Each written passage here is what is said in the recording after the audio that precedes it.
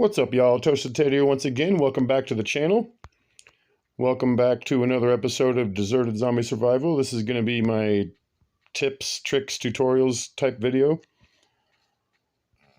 First thing I would say to do right off the bat, after you pick your occupation and all that stuff, I would immediately try to find a hoodie specifically and pants, because you might have like a t-shirt on or something like that, but a hoodie and pants together are the two best clothing items for cold resistance. But you might as well put on glasses and a mask and a hat, because as you can see, you don't really see your face anyway, so you might as well have on every piece of clothing to get the most cold resistance possible. Second, I would say to collect as much cloth and wood as possible, because obviously wood you use to build, cloth you also use to build, but it could also be used for bandages, which are more important because your first encounter with your first zombie could cause you to start bleeding, and if you bleed to death, if you don't have a bandage, you'll keep bleeding until you die. So yeah, definitely get some bandages. I would say next to find a vehicle. I would say to find a vehicle and... there we go. Use the storage in it, obviously, for storage. I'm going to drop that extra. I don't need all that ammo. I gathered all this ammo because I'm going to do a Rambo style video here soon. But anyway, use the vehicle for storage because right off the bat you're not going to have a whole lot of space. I think you have like 10 spots or something like that right off the bat. Might be 15, I can't remember. But I do know that adding clothes, you come with clothes, obviously, which the clothes you come with have slots in them. Like a shirt will come with 5 inventory slots. Pants, I think, come with 0. But you can buy hoodies that also come with 5, but better, or not buy, but find hoodies that come with cold resistance that's better than the shirt you're wearing, and they also have the slots. But if you're not wearing any clothes at all, like nothing at all, and you're just completely nude, I think you only have like 10 slots, or maybe even 5. I can't remember. I haven't done that in a while. For food, I would collect raw meat and raw chicken as much as you can find. Raw chicken, they weigh a lot, and the raw meat weighs a tiny bit less than the raw chicken, and after cooked, they're both worth the exact same in terms of hunger. So those are the two best things you could eat for hunger specifically, but you have to have a rotisserie and campfire for that. So if you want to eat stuff that you don't have to cook, you want to try to find like mushroom soup or a burger or maybe canned tuna or something like that, because those are all pretty decent. Here in a minute, I'm going to show you some pictures that are, I don't know, it's kind of like a bunch of the melee weapons, firearms, and food or consumables. Sorry for the pause, I was distracted. Anyway, yeah, I would collect the raw meat and the raw chicken. I would collect soda instead of water. As you can see, water weighs 0.45 and it's worth 50. Soda weighs 0.38 and it's worth 55. So definitely want to collect as much soda as possible over water. Be as quiet as possible, because you don't want to drag the attention of zombies from across the town. Like if you have the capability, then build yourself a bow and arrows and use that as much as possible, or a suppressor on your gun or whatever. I would recommend finding a katana or a machete. In my opinion, those are the two best weapons, melee-wise, but obviously there's a bunch more. Let's see. If for some reason you don't have any bandages and you're bleeding, you can sleep, and I'm pretty sure that stops the bleeding and it heals you, so that would also help. Let's see. Sleeping also uses some hunger and thirst, so be cognizant of that. Because if your if your hunger and thirst are nearly empty when you sleep, it won't let you. It'll say you need to eat and drink first, and then once you sleep, it'll pretty much just go down to what it was before you tried. You know, so it's kind of weird. But I would definitely find a repair torch and fuel canister, you know, right away if you can. Not really like super necessary, because a lot of the cars come with good enough gas and good enough durability to where it doesn't really matter right off the bat, but it's definitely something you want to use. Same thing with the tactical light, because I'm pretty sure every character you can, or every occupation comes with a flashlight, I think. But with a tactical light, you can just attach it to a gun and then get your flashlight out of your inventory to open up a spot, especially if you have a gun. You know, obviously find a gun first, but once you find that, then you can combine them and have a flashlight that is also a firearm, pretty much. Some tricks, I would say, to, I don't know, if you haven't played enough of this, then when you become over encumbered after, I think it's 30 pounds or 30 weight or kilograms. Oh yeah, it is kilograms, ain't it? Okay. But yeah, after 30 kilograms, you become over encumbered and you can't sprint anymore. You know, like I'm trying to sprint and it won't let me. But in order to move fast, you can dive. You know, as long as your stamina lasts, you can just keep diving to get away from a horde or whatever. So that's a little trick you can use if you're over encumbered. You can get any vehicle and slowly drive into zombies and they die, pretty much. I mean, what you want to do instead of hitting zombies head on, no matter how fast you're going, because if you hit them head on and you run over them, it does a lot more damage to your car than if you sideswipe them with like the side of your car as you drive by, because that'll also kill them, but it does very little damage to your car, so you can do it to a lot of zombies. Let's see. When repairing your vehicle, you can rapidly hit the attack button over here. And because like when you first start repairing, it gives you like a little jolt of durability and then it slowly goes up. But if you just tap the button a bunch, that little jolt at the beginning just repeats itself, so it goes up quickly. Let's see. I would definitely recommend blocking doorways like this with spikes, because then when you get over that wall, you can have a bunch of zombies following you and then just run into a place like this and they die on the spikes and it gives you free XP basically. So that's awesome. The big tall zombies, it does not work on. It does not work on. They walk right through them for some reason. I don't know if they get hurt by it and walk through it at the same time, or if they just walk through it and just it's meaningless to them. I don't know. Okay.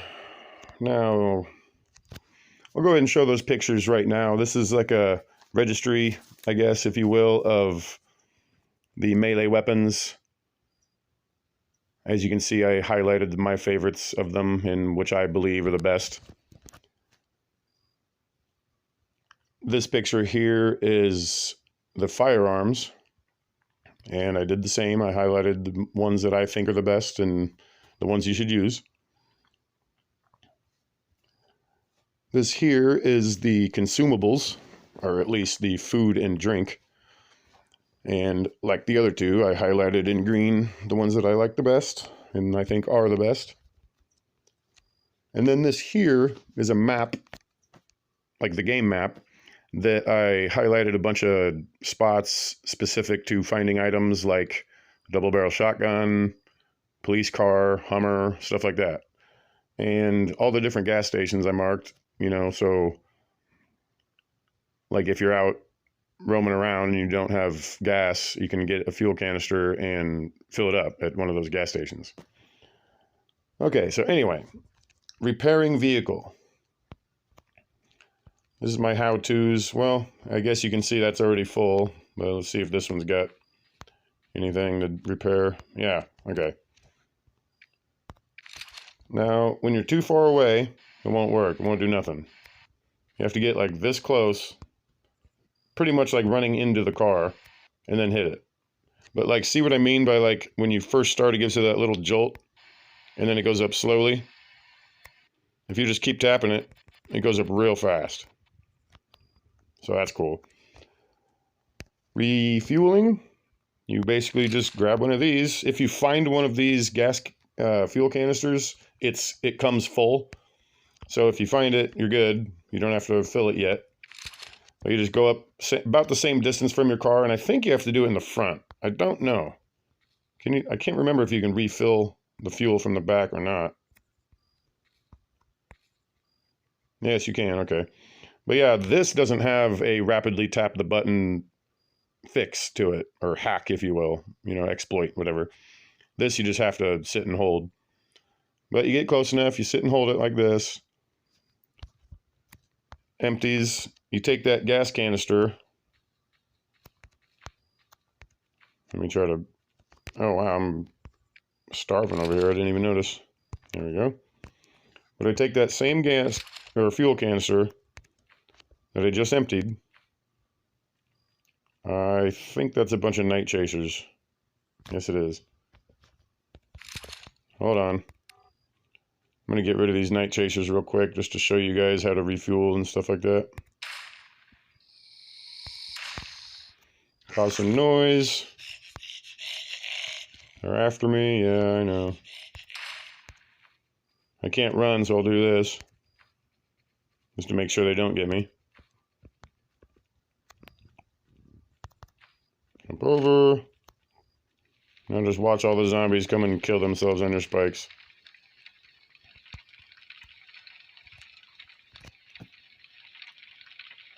Gotta be more than that. It's not only like 4 zombies. Could have swore I saw like 15 down there with the junk. Yeah, there's a bunch down there still moving around. There we go. That'll bring some more. But anyway, yeah, that's a good way to get XP and to clear the town, basically. You throw a grenade, you use a loud gun, whatever. Draw their attention, let them kill themselves.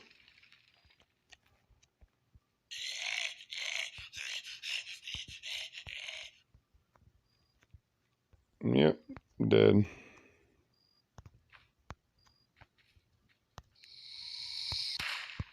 Wow, there is a lot more blood now, which is awesome.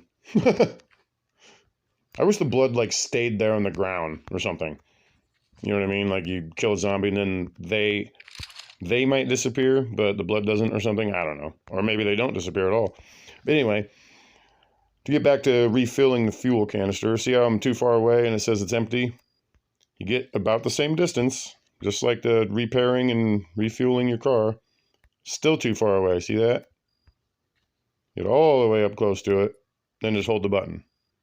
And see how it's counting up? You just let it count up. And then rinse and repeat with your car to make sure it's completely full. And as many fuel canisters as you have. Pretty simple. Okay, now let's go over here for... Pretty sure this is the last how-to that I could think of, at least. Cooking food. Pretty sure I mentioned this in a different video a while ago. Or a couple different times, whatever. I'm going to take that. I need to get rid of one of my... Oh no, I got an empty spot, okay. See, I like making 2 so you can cook double as fast. You just go to it, place this on here, start cooking. And obviously you have to build the campfire and the rotisserie and then place them and then do this. So I figured I didn't need to tell you that, or show you that at least. But anyway, I wait like a couple seconds in case some reason I can't like exit, because sometimes I'll go into this menu and hitting the X up top, it doesn't work. So you have to hit it a couple times, and then it takes like an extra 10 seconds to get out of that menu. So that's why I take an extra time before I place the second one starting, so the second one doesn't burn. It takes exactly 45 seconds.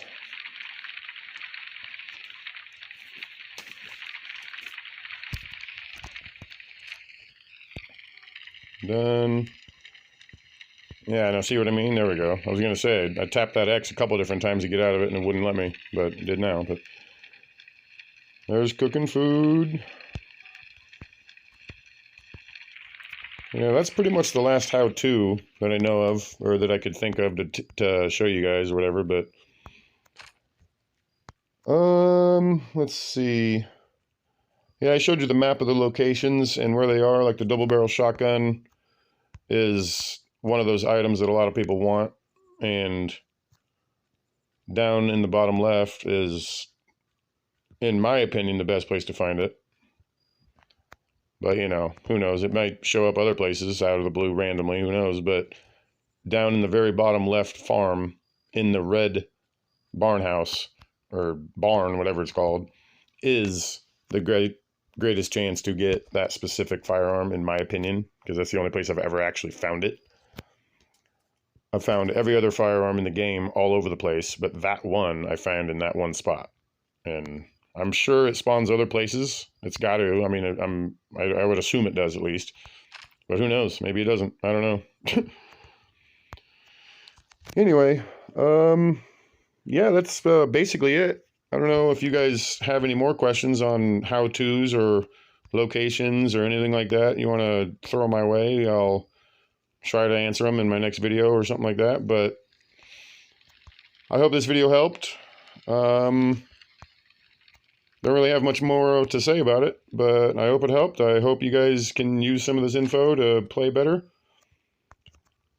Oh yeah, that's one thing I was going to say, is that somebody asked me, they said they weren't very good with melee and stuff like that, and they die a lot. That looks like it is a grenade, nice. Wait a minute. Oh, my other grenade's inside, that's right.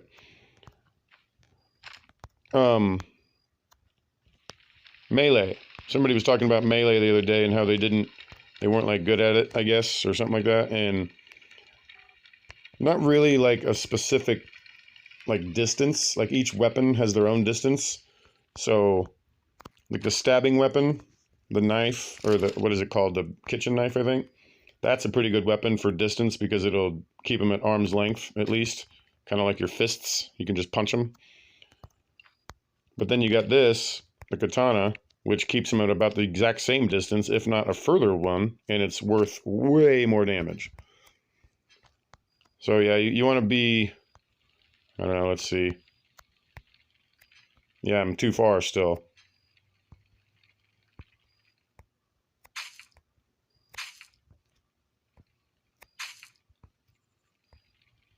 Yeah, see, you could be a decent distance away and still hit stuff.